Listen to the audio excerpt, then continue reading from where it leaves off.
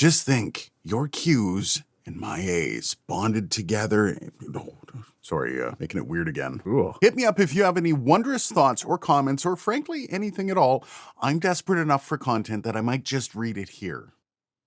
Steve Schnetzler kicking it off this week, and he commented on the last Q&A and then asks, do any of the streaming decks have AI voice replacement yet? And how long before any do? Which company will be first? Thanks, Steve. And yeah, I don't think so yet, though I'm not at the forefront of streaming. That said, I do know a lot of people on this channel might be able to provide more info, so drop your logic down below if you're one of those people. As for how long, well, I would bet sooner rather than later. ChatGPT is being integrated into many things, including Descript, which are at the forefront of all things voice AI right now, especially at the peasant level, like all of us. So I think if there is a way to somehow integrate this stuff for streamers, I think they're going to be involved somehow. As for which platform goes first, no real idea. Again, I use OBS, and by use, I mean I muddle through pathetically.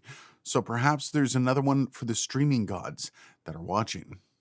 Another comment from the last Q&A, this one coming from Sean Webb, who is a longtime supporter of the channel. And he's adding on to Steve's question from the last Q&A about buying used gear, wrapping that content up with a nice bow, I might add. Sean says, if you purchased a used wireless microphone, you could be in trouble. Older wireless mics might be on illegal frequencies that are part of the spectrum now being used by other types of devices. Thanks for that, Sean. And I love doing things like this Q&A is because even I learned stuff. I had no idea that that was a thing. Now, I do know that they're constantly tweaking available frequencies as some frequencies open up for use. They can be allotted to other things, though I never thought there would be an overlap between mics, cell phones, and all those other things crowding the airwaves. Very cool. And yeah, another reason to make sure if you're buying used, you've done all the research you need to do and more. There's nothing worse than hearing a cell phone call coming through your finished project.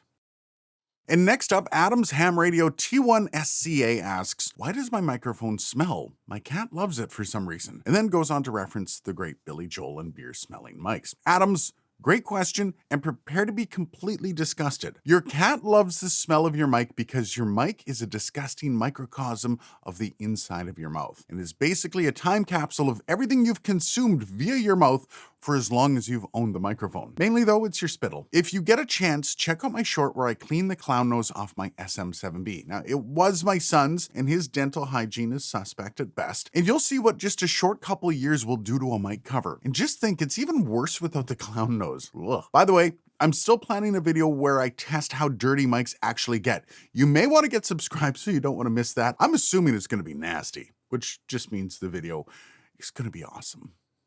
Next up, Francis Wong asks, now the price for the Q9U is $100 and the Q9X is $117. Would you consider either of them at their current price? And thank you, Francis.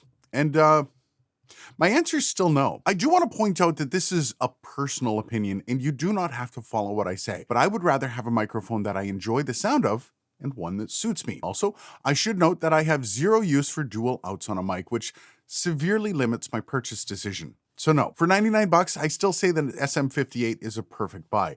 If you want USB connectivity, go with the Rodex XCM50. If you want both, well, you can make up your mind as you see fit.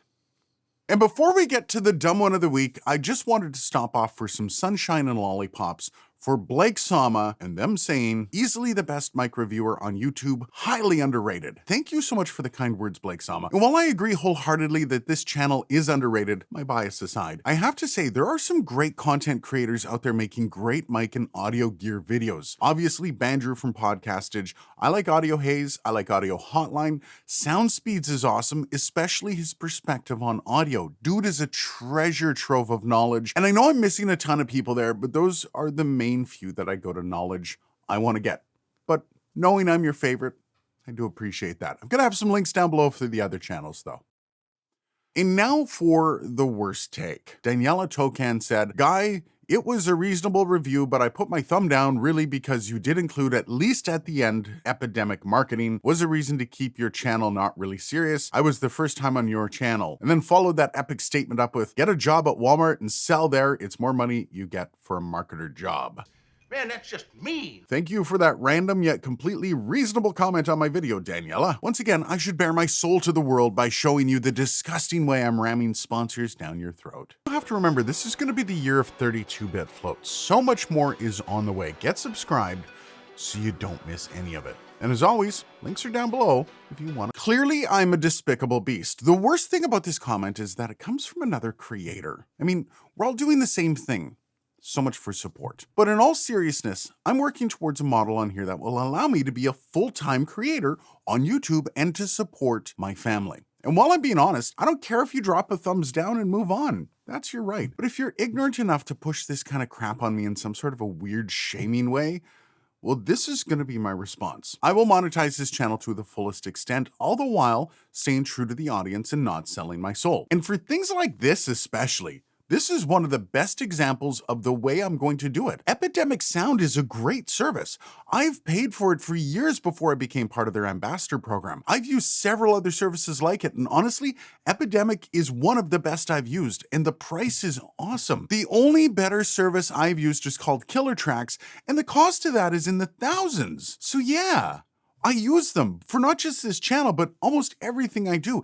And I believe in the product, so I have zero shame in sharing that. Stop telling other creators how they should be running their channel. If it doesn't impact the editorial aspect of the content, who cares? In full response, this is how we should be raising other creators up. Daniela, I wish you all the prosperity in the world with your channel. Now, going past that message on, instead of trying to be petty and bringing other people down. And again, Daniela, thanks for taking the time to watch my videos. Remember to check out those links in the description.